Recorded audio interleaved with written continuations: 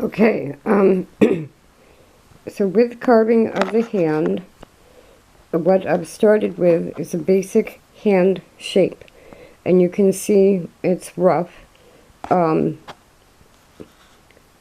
it's a basic hand shape that's almost the size of the other arm.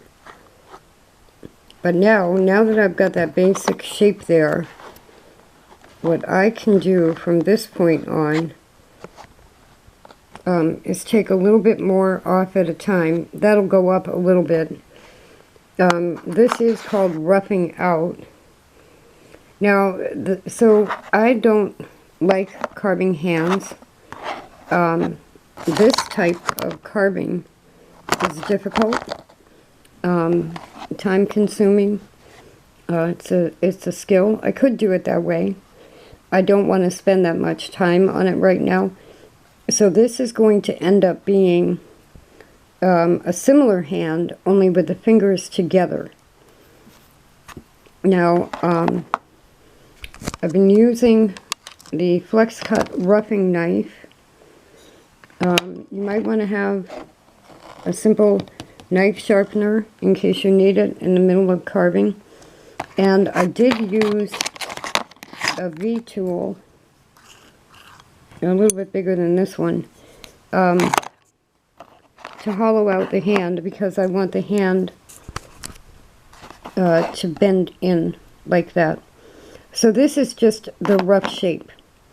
And now from this point, you can make it as detailed or as blocky looking as you want, with just a little bit smaller. And given that they're Borg, you don't have to do an awful lot.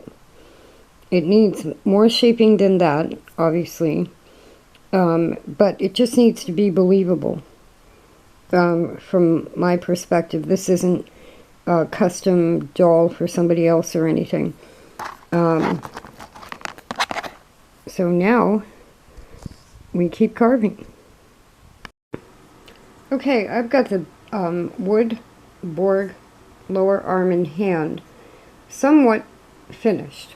It hasn't taken me all that long at all, and you can see it doesn't have an awful lot of detail, but it has some detail. Now you can also see it's still bigger. It's still bigger than the plastic arm on the figure. I may leave it like that and use it as like the idea of a prosthetic arm. But if you're at this point where you're almost done, so this is done, except now I would continue to take a little bit off on the whole thing and make it slightly smaller. It's not quite as much of a difference as it looks like there. Now, I'm suggesting that at this point you might want to take the rest of it off with sandpaper.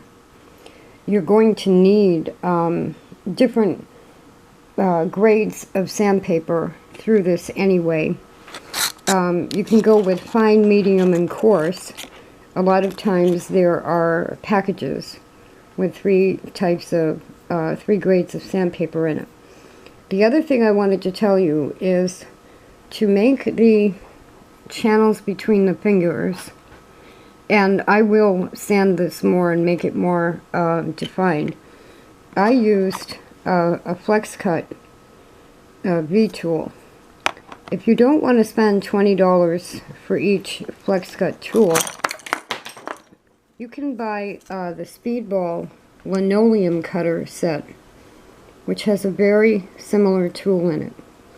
They're made for linoleum. I wouldn't use them for wood all the time, but it gives you, I think these were about $10 or $11. Gives you two handles and all those different blades.